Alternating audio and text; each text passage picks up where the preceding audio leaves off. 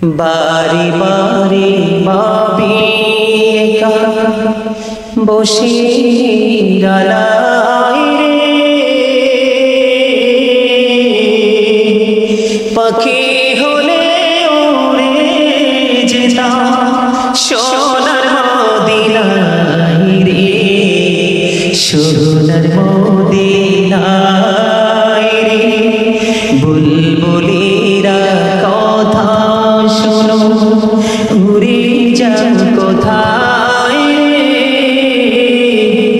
আমার সালাম খানি পৌঁছে দিও নবীজির রোজায় রে নবীজির রোজায়।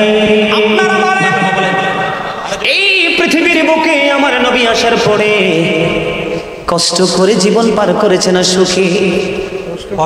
এত কষ্ট রে আমার মনে হয় না পৃথিবীর অন্য কোন নবী 1,24,000 পয়গম্বরের মধ্যে আমার নবীর মতো এত কষ্ট, আমার নবীর মতো এত যন্ত্রণা, আমার নবীর মতো এত নিপীড়ন, কাফিরদের বেঈমান কাফির মুশরিকদের এত নিপীড়ন আর কোন নবী সহ্য করেনি রে বন্ধু। তোমাদেরকে কেমন করে বলবো, আমি নবীজি হিজরতে গিয়েছিলেন বন্ধু মক্কা থেকে মদিনায়, আমি সেই জায়গাটা আপনাদের সামনে একটু ক্লিয়ার করব বন্ধু।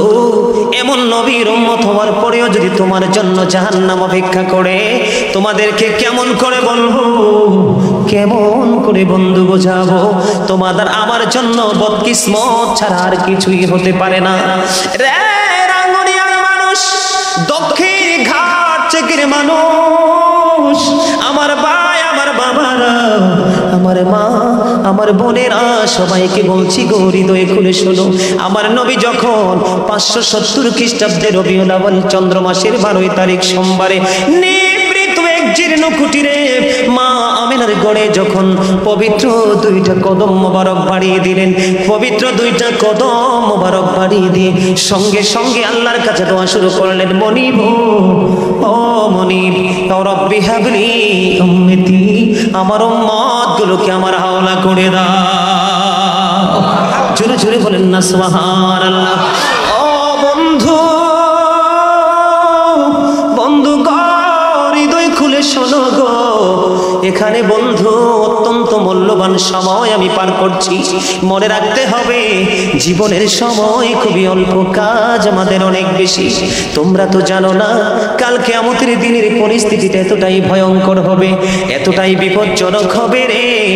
ও বন্ধু, সেই ভয়ঙ্কর বিপদের দিনে আমার নবীজি, প্রাণের নবীজি সরকারে দোজাহান, ওনার জবান মোবারকে একটা শব্দই থাকবে, রব্বি সাল্লিম রব্বি সাল্লিম, আমার উম্মত গুলোকে শান্তিতে রাখো, নিরাপদে রাখো। এখন বলেন তো কোনটা মানুষের আসল সত্তা, দেহ না আত্মা? আত্মা। দর্শক সারি থেকে কিন্তু আসে না, এখান থেকে ডান বাম থেকে আসছে। মানুষের আসল সত্তা কি? আত্মা। আত্মা আছে তো আপনি আমি আছি, আর আত্মা নাই তো আপনি আমি নাই, ঠিক কিনা? আরে ভাই জানেন আল্লাহ রাব্বুল আলামিন আত্মার জগতে মিটিং রেখেছিলেন 2টা। কয়টা? প্রথম মিটিংয়ে ঢালাও প্রশ্ন করেছিলেন, আলাস্তু বিরাব্বিকুম, আমি কি তোমাদের প্রভু নই? তখন কিন্তু আমরা সবাই বলেছিলাম ক্বালু বালা, হ্যাঁ আপনি আমাদের প্রভু। সেই প্রতিশ্রুতির কথা কিন্তু আপনি আমি ভুলে গেছি। আল্লাহ ডেকে ডেকে কি বলে জানেন? যখন তোমার কেউ ছিল না তখন ছিলাম আমি, এখন তোমার সব হয়েছে, পর হয়েছি আমি। যখন তোমার কেউ রবে না, রব শুধু আমি। আমার কাছে আসতে হবে, মনে রেখো তুমি। তোরা চাসনি কিছু, তোরা চাসনি কিছু কারো কাছে খোদার মদদ ছাড়া, অন্যের উপর ভরসা ছেড়ে নিজের পায়ে দাঁড়া। মারহাবা বলেন। বুঝেন নাই? कागज काटे कारी घोड़ी बना कर उड़ाता है आसमान में, घोड़ी बेचारा क्या करेगा, रोशी मौला का हाथ में। ठीक है বুঝেন নাই? আপনার এই দেহটা, কবি বলেছেন মানুষের দেহটা হলো কাগজের ঘড়ির মতো। কিসের মতো? কাগজের ঘুড়ির মতো। দেহের মধ্যে যে আত্মাটা আছে, আত্মাটা হলো রশির মতো। কিসের মতো? রশির মতো। আর নাটাই হলো কে জানেন? আজরাইল। নাটাই কে? আজরাইল। অর্ডার করবে কে? আল্লাহ। Just time, no complain. আপনার কোন ধরনের কোন নো আর্গুমেন্ট, কোন তর্ক, কোন বিতর্ক, কোনটাই কিন্তু করা যাবে না। আপনাকে চলে যেতে হবে কোথায়? আপনাকে কবরে। কবরে যাওয়ার পরে আপনাকে হিসাব নিকাশ 100% দিতে হবে। সম্মানিত উপস্থিতি, আপনার দেহটা যদি এখানে থাকে কোনো লাভ হবে না। আপনার দেহের সাথে আত্মাটাকে এখানে প্রেজেন্ট রাখতে হবে, তাহলেই কিন্তু আপনি সফল। আর আপনি কি মনে করেন মানুষের জীবনে প্রতিদিনই ওয়াজের প্রয়োজন হেদায়েতের জন্য? না। একটু সময়, গত কয়েকদিন আগের ছোট্ট একটা কথা, এক ভদ্রলোক আমাকে ফোন দিল। আমি ব্যস্ততার কারণে আসলে ওনার কাছ থেকে আমি পুরো ডিটেলস জানতে পারি নাই। ফোন দেওয়ার পরে উনি আমাকে বলল, হুজুর আপনার গাওয়া ছোট্ট একটা গজল আমার পুরো জীবনটাকে বদলে দিয়েছে। সুবহানাল্লাহ বলেন না, আরো জোরে বলেন না। উনি বলেছেন, হুজুর আপনার গাওয়া ছোট্ট একটা গজল, এই গজলটাই আমার পুরো জীবনটাকে, হুজুর মাইন্ডকে পুরো 100% চেঞ্জ করে দিয়েছে। আমি আশ্চর্য হয়ে গেলাম। আমি বললাম, আপনার কাছে কোন গজলটা, যেই গজলটা আপনার কাছে আপনার হৃদয় পর্যন্ত হার্ট টাচিং করেছে এবং যেই গজলটা আপনার জীবনের মুহূর্তগুলোকে চেঞ্জ করে দিয়েছে, সেই গজলটা কোনটা? ইনি একটু শোনাইছে আমাকে। সেই গজলটা কি জানেন? আসলে মন হাসায়া মর যেতে হবে, কাদায়া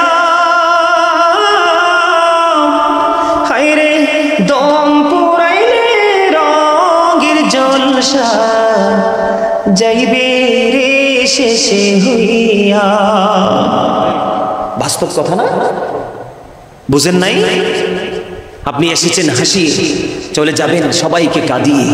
কিন্তু যতই কাঁদুক পৃথিবীতে থাকা মাটির উপরে, কিন্তু আপনি চলে যাওয়ার পরে কিন্তু 5 দিন, কয়েকদিন মনে রাখবে, তারপরে সবাই আপনাকে ভুলে যাবে। ঠিক কিনা বলেন? আরেকটা বাস্তব কথা বলবো। 40 কদম হাটিয়া আসবি রে সজন, মুনকার নাকির হাজির হইবে রে তখন। ঘুমটা খুলিয়া সওয়াল মুসলিম ভাই, ঘুমটা খুলিয়া সওয়াল করিবেন তখন। 40 কদম হাটিয়া আসবি রে সজন, মুনকার নাকির হাজির হইবে রে তখন। কিরামান কাতিবিন কাঁদে বসিয়া, সকল কর্ম লিখিতেছে হুকুমনিয়া, আল্লাহর হুকুমনিয়া। 40 কদম হাটিয়া আসবে রে সজন, বলেন 40 কদম হাটিয়া সবাই, 40 কদম হাটিয়া মুনকার নাকির হাজির। এগুলো কি বাস্তব কথা না? অস্বীকার করার কোনো সুযোগ আছে? আপনি আমি এড়িয়ে যেতে পারবো? তো এই পরিস্থিতি কি আপনার আমার জীবনে আসবে না? তখন কি করবেন? বন্ধু বান্ধব, আত্মীয় স্বজন, পাড়া পড়োশি, এই দুনিয়াতে তো অসুস্থ হলে ডাক্তার পান। ডাক্তার যদি আপনাকে যথাযথ ট্রিটমেন্ট দিয়ে ভালো করতে না পারে, একটা সমাধান আছে, মৃত্যু। মৃত্যুর পরে কি হয়ে যায়? মানুষে কি কয়, যাক লোকটা অনেক কষ্ট পাইছে, সে বাঁচে গেল, এরকম বলে না? সে বেঁচে গেল, এরকম বলে তো? আচ্ছা, অভাবে যদি পড়েন, হেল্পের প্রয়োজন হলে আপনার শুভাকাঙ্ক্ষী আত্মীয় স্বজন পাড়া পড়োশি কেউ না কেউ এগিয়ে আসে, আসে না? আসে। কিন্তু পরকালটা একেবারে ব্যতিক্রম, একেবারে ব্যতিক্রম। কেমন ব্যতিক্রম আপনাদেরকে আমি যদি কবরের আযাব নিয়ে আলোচনা করি তাহলে আপনাদেরকে পুরোটা আলোচনা করাবো, কিন্তু যেহেতু নির্দিষ্ট বিষয় দেওয়া হয়েছে সে বিষয় থেকে আমি হৃদয় যেই আলোচনা, যে জায়গাটা আমরা ইমানদার হিসাবে আহলে সুন্নাত ওয়াল জামাতের অন্তর্ভুক্ত সুন্নি কাফেলার সৈনিক হিসাবে, যেটা আমাদের হৃদয়টাকে আরো বেশি প্রসারিত করবে, নবীর প্রেমটাকে আরো বেশি জাগিয়ে তুলবে, সেই জায়গাগুলো থেকে আপনাদেরকে টাচ দেওয়ার চেষ্টা করব। তবে